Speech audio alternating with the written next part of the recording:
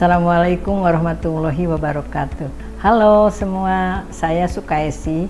Saya dosen pengampu mata kuliah Perpustakaan dan Masyarakat Informasi. Nah, kali ini akan membahas tentang kajian kebutuhan informasi masyarakat, yaitu masyarakat pengguna perpustakaan. Adapun materi yang akan disampaikan itu berkaitan dengan siapa pengguna jasa informasi, bagaimana peran masyarakat pengguna dalam lembaga informasi, bagaimana identifikasi kebutuhan informasi, teori kebutuhan informasi yang dipakai apa kira-kira yang bisa mendukung, mensupport terhadap kajian kebutuhan informasi masyarakat tersebut, serta jenis informasi yang dibutuhkan apa, karena kita harus mengetahui sebagai pustakawan.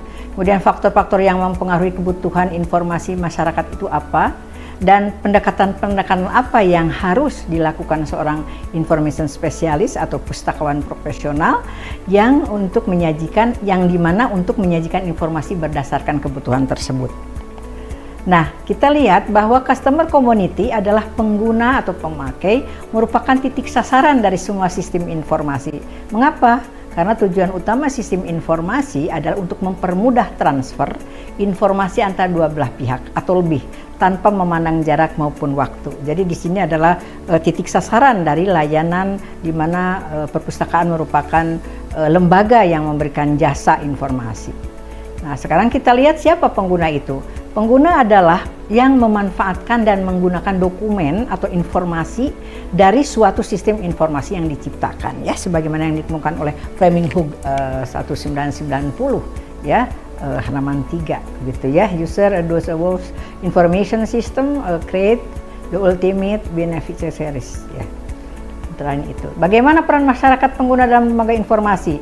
Nah, di sini pada dasarnya individu dalam memenuhi kebutuhan informasi erat kaitannya dengan fungsi yang diembannya sesuai dengan ruang dan waktu.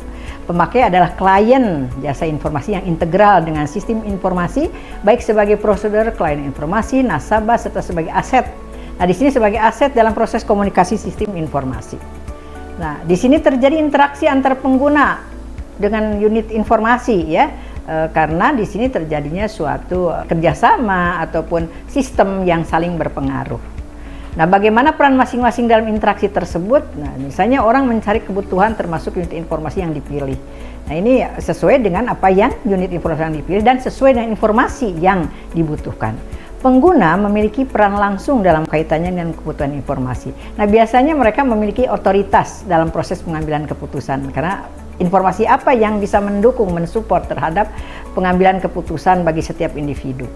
Nah, pengguna juga memiliki peran tidak langsung. Mengapa tidak langsung? Karena memiliki posisi sebagai pemasok informasi, yaitu sebagai information broker dari suatu perusahaan. Nah, selain itu, kita harus bisa mengidentifikasi kebutuhan informasi. Pengguna yang harus diketahui dari pengelola sistem informasi antara lingkungannya, minatnya, pendidikannya, keterampilannya, kemampuan berbahasa asing. Mengapa? Karena di sini adalah untuk bisa memudahkan komunikasi. Fungsi efektivitas atau fungsi aktivitas serta tanggung jawab individu dalam organisasi itu juga bisa merupakan salah satu komponen yang harus kita identifikasi. Keanggotaan dalam masyarakat di sini adalah bagaimana dia kedudukannya di dalam masyarakat. Kemudian terbitan yang mereka terima dan terbitan yang mereka, mengapa di sini adalah merupakan produk informasi yang digunakan dan produk informasi yang mereka distribusikan dari hasil penelitiannya. Nah, setelah kita melalui identifikasi tentang kebutuhan masyarakat, kita juga harus tahu tentang teori kebutuhan informasi. Nah, di sini saya mengutip dari Katz, ya, dan Haas seperti yang dikutip Eric Stern, bahwa kebutuhan harus dipuaskan karena adanya kebutuhan kognitif level, cognitive need, kebutuhan untuk memperkuat pengetahuan pemahaman orang terhadap lingkungannya. Kemudian kebutuhan affective need, kebutuhan ini juga berkaitan dengan kebutuhan estetis, hal yang dapat menyenangkan, pengalaman emosional. Kemudian kebutuhan integratif personal integrative needs. Nah, kebutuhan ini dikaitkan dengan penguatan kredibilitas, kepercayaan, stabilitas dan status individu. Kebutuhan integrasi social integrative need merupakan kebutuhan untuk berkomunikasi keluarga, dan ini adalah teori kebutuhan yang setiap individu. Nah, ini harus diketahui oleh seorang pustakawan karena untuk bisa melihat menyuguhkan informasi yang tepat sesuai dengan kebutuhannya. Nah, kemudian ada juga kebutuhan berhayal, Estina ini. Ini kebutuhan dikaitkan dengan kebutuhan untuk melarikan diri, melepaskan tegangan dan hasrat untuk mencari hiburan. Disinilah pustakawan harus bisa menyediakan koleksi-koleksi yang sifatnya populer, ya, koleksi populer. Nah, jenis informasi apa sih yang dibutuhkan oleh oleh masyarakat atau para pengguna informasi? Nah, ini biasanya disesuaikan dengan seseorang yang memiliki disiplin ilmu dan juga memiliki kehususan kecenderungan seseorang atau individu atau konsumen mengarah kepada kekhususannya, misalnya hobinya, interestnya. Nah, ini ada beberapa jenis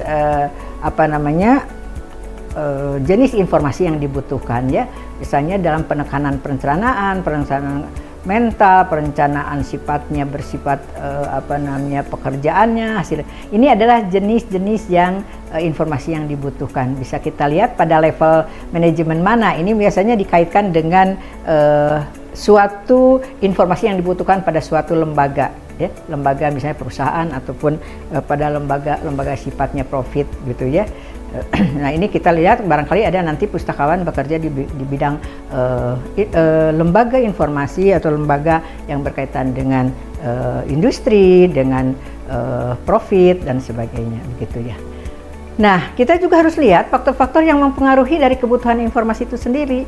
Nah, saya mengutip dari Paul Atherton, meskipun memang sudah lama ini bukunya, tapi ini adalah untuk memberikan panduan kepada kita bahwa ada identifikasi 3 kelompok yang harus kita perhatikan sebagai seorang pustakawan, yaitu misalnya dilihat dari segi kegiatannya, ya, individu itu misalnya para peneliti ilmu dasar itu akan mempengaruhi terhadap kebutuhan informasinya. Kedua, para praktisi atau teknisi yang terlibat dalam pengembangan atau pelaksanaan kegiatan, misalnya itu pertanian, kedokteran, dan manajer ini. Nah, selain mengetahui faktor-faktor, kita harus melakukan pendekatan-pendekatan. Nah, pendekatan apa? Memang ini juga pendapat yang lama sih, tapi ini bisa dikaitkan juga dengan sekarang, yaitu menurut gua, yaitu tentang current approach, everyday approach, exotic approach, dan catching up approach. Nah, ini ada pendekatan-pendekatan yang dilakukan oleh seorang information specialist atau pustakawan profesional dalam memberikan layanan informasi kepada masyarakat sesuai dengan kebutuhannya. Demikian pemaparan dari perkuliahan hari ini. Terima kasih. Assalamualaikum warahmatullahi wabarakatuh.